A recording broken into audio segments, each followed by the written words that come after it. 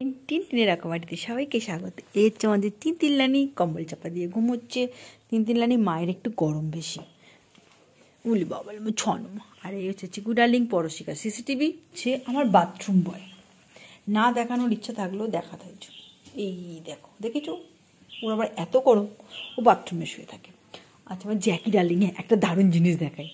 আমার বাড়ির দেখো, এটা পাতা আছে শোয়ার জন্যে, এটা পাতা আছে শোয়ার জন্য, ঠিক আছে, কিন্তু কোথায় শুয়ে আছে দেখবে। এই দেখো, এটা হচ্ছে ওর শোয়ার জায়গায়, শীতকালে শুধু। আর এটা অ্যাকচুয়ালি ছিল লুসির, এখন ও নিয়ে নিয়েছে। আমি আজকে অনেক রকম হালুয়া খেয়েছেন, গাজরের হালুয়া, প্রচুর রকমের হালুয়া খেয়েছেন। হ্যাঁ, আমি আজকে বানাচ্ছি বিটরুটের হালুয়া। দেখি কী করে আগে বানানো যায়। এতে আছে খোয়া ক্ষীর, এতে আছে মিল্কমেড। দুধ আমি দেবো না, তার পরিবর্তে মিল্কমেড দেবো, আর ঘি দিয়ে এটা ভেজে নিই। আর কিছু ড্রাই ফ্রুট ভিজিয়ে রেখেছি। এই দেখুন, মনের মতন ঘি।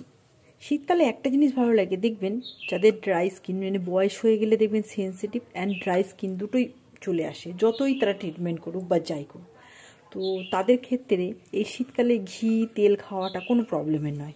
কিন্তু যাদের অয়েলি স্কিন, মানে ধরুন 30 বছরের মধ্যে যাদের আছে, তাদের স্কিনটা একটু বেশিরভাগ অয়েলি হয়, তাদের পক্ষে অয়েলি খাবার খাওয়াটা একটুখানি গণ্ডগোলের, কারণ তার ব্রণ বেরিয়ে আসে। এটা আমার মেয়ের ক্ষেত্রে হয়, কিন্তু আমার ক্ষেত্রে ঠিক অপোজিট। তাই আমি মনের আনন্দে ঘি খাই শীতকালে, কারণ শীতকালে বেশি ঘি খেলে কোনো প্রবলেম হয় না। এই দেখুন, বিটরুটটা দিয়ে দিয়েছি। এবার এটা সুন্দর করে ঠিক গাজরের হালুয়া অনেক সময় কাঁচা দেওয়া হয়, কিন্তু বিটরুটটা কাঁচা দেওয়া হয় না এই কারণে, এর একটা ভ্যাপসানি গন্ধ ছাড়ে।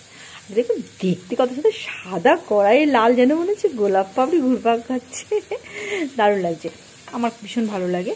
তো আমি ভাবলাম আমি আপনাদের একটু করে দেখিয়ে খাওয়াই, কারণ শীতকালে এটা সারা বছরই পাওয়া যায়, কিন্তু শীতকালে কি বলুন তো, ওই যে বললাম গরমকালে অনেকের ঘি সহ্য হয় না, যেটা শীতকালে আপনি খেলে কোনো প্রবলেম হয় না, কারণ ড্রাই তখন একটু অয়েলটা বেশিরভাগটা প্রয়োজন পড়ে তো শরীরে। তাই তেল, ঘি বা সবজি, দেখবে নানা রকমের সবজিও পাওয়া যায় শীতকালে, তাই মনে হয় সব রকম খাই। আমার তো ভাই আমি কবজি ডুবিয়ে শীতকালে খাই, কিন্তু গরমকালে আমি ডায়েট করি, কারণ গরমকালে আমার অনেক কিছু সহ্য হয় না। তাই শীতকালে যা ইচ্ছা তাই রান্না করি, কারণ পিঠে আছে, পিঠে রান্না করে খাবো, অনেক কিছু, মানে লিমিটলেস। সব কিছু দেখানো সম্ভব হয়ে ওঠে না আমার পক্ষে, কারণ দেখুন কাজের সুবাদে ঘুরপাক খেতে হয়, তো তাই নচেত যেটা পাই হাতের কাছে সেটাই আমি দেখাই। তো আপাতত আমি কাজ করে কিছুক্ষণ আগে বাড়িতে এসেছি, তাই এখন মনে হলো বিটরুটটা ছাড়িয়ে কিছু কাজ পাচ্ছিলাম, কারণ প্রচুর কাজ ছিল বাইরে, তাই এসে এখন এই দেখুন ধোঁয়া উঠছে। আবার ঘিটা উড়ে গেলে খুব মুশকিল, ঠিক আছে কোনো ব্যাপার নেই। এই দেখুন সুন্দর করে যখন ভাজা হয়ে যাবে না, তখন আপনি বাকি যা ইনগ্রিডিয়েন্টস দেওয়ার, আমি তো তখন ভেজে নিই।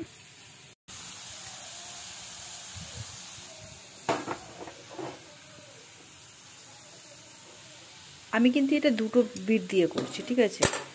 কী হলো সমস্যা, কাণ্ডটা দেখো, শুধু দেখো, নানি ওখানে কাজ করছে, ওকে কেন রাখা হয়নি, এটাই ওর কাছে মেন কোয়েশ্চেন। কারণ ও ঘুমাচ্ছিল, স্মেল পেয়েছে, ও সাংঘাতিক স্মেল নেয়, এবং যে কোনো জিনিসের স্মেলও খুঁজে বার করে, জানি না কি করে। বিটরুটটা কেন ভাজতে হবে বলুন তো, কারণ বিটরুট একটুখানি কাঁচা কাঁচা থেকে যায়, কারণ বেটার ছেলে কিছুতেই ভাজতে যায় না, ওই জন্যে। তো এটাকে ভাজা যতক্ষণ না হচ্ছে ততক্ষণ আপনাকে, মানে খেতে টেস্টটা খুব কম হয় যদি ভাবেন অল্প ভাজা। হ্যাঁ, এটা আরেকটা কাজ করে করতে পারেন, সিদ্ধ করে কাজ করে নিতে পারেন, কিন্তু এটা সিদ্ধ করলে কী হবে বলুন তো, এর যে অ্যাকচুয়াল ভিটামিন সেটা কিন্তু নষ্ট হয়। যদি বলেন আবার ভাজতে গিয়ে নষ্ট হয়ে যাচ্ছে, কিন্তু ভাজতে গিয়ে কোনো জিনিস ঘিয়ের সাথে যেহেতু ভাজা হচ্ছে, এটা নষ্ট হচ্ছে না, এতে এর মধ্যেই অ্যাবজর্ব করে যাচ্ছে। এই দেখুন ভাজা হয়ে গেছে, কারণ কী করে বুঝবেন ভাজা হচ্ছে, ঘিটা দেখুন উপরে চলে এসছে আর এটা ভিতরে চলে গেছে, এই যে দেখেছেন।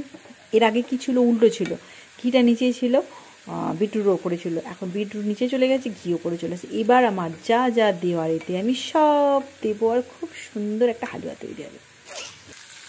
ফার্স্টে এগুলো দিয়ে একটু ভেজে নিচ্ছি খুব সুন্দর করে, তাহলে এর ভিতরে একটা সুন্দর সেন্ট চলে যাবে।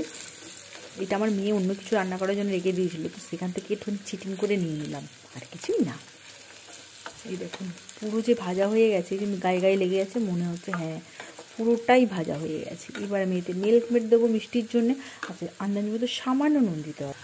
এই দেখো মিল্ক মেড দিয়ে দিয়েছি, কারণ এতে দুধ দিয়ে আলাদা করে কিছু করার নেই, যা হবে এটা এইভাবেই হবে, এবং খেতে খুব সুস্বাদু হয়। করে খেয়ে দেখবেন, শীতকালে হেলদি ফুড, যে বাচ্চারা বিটরুট খেতে পছন্দ করে না তাদের জন্য একটা মাইন্ড ব্লোয়িং রান্না, যে কোনো বাচ্চাদের, যারা বিটরুট দেখবে অনেকেই খেতে ভালোবাসে, আমিই খেতে ভালোবাসতাম না, এখন আমি বিটরুট এইভাবে রান্না করে নিজে নিজেই খাই, বুঝেছি। কারণ দেখুন চাপ পড়লে বাপ সবাই বলে, সেই চাপেতেই বাপ বলেছি।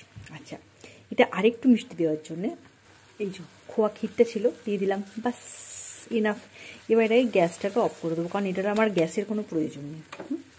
গ্যাসটা অফ করে দিই, শুধু এর সাথে এটা এরকমভাবে গোলাবো। বাস হয়ে গেল বিটরুটের ইয়ামি ক্ষীর। বানিয়ে খান, সকলকে খাওয়ান যদি মনে হয়।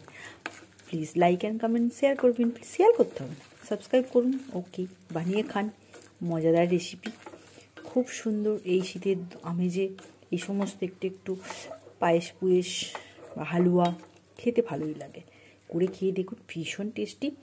প্লিজ সাবস্ক্রাইব করুন।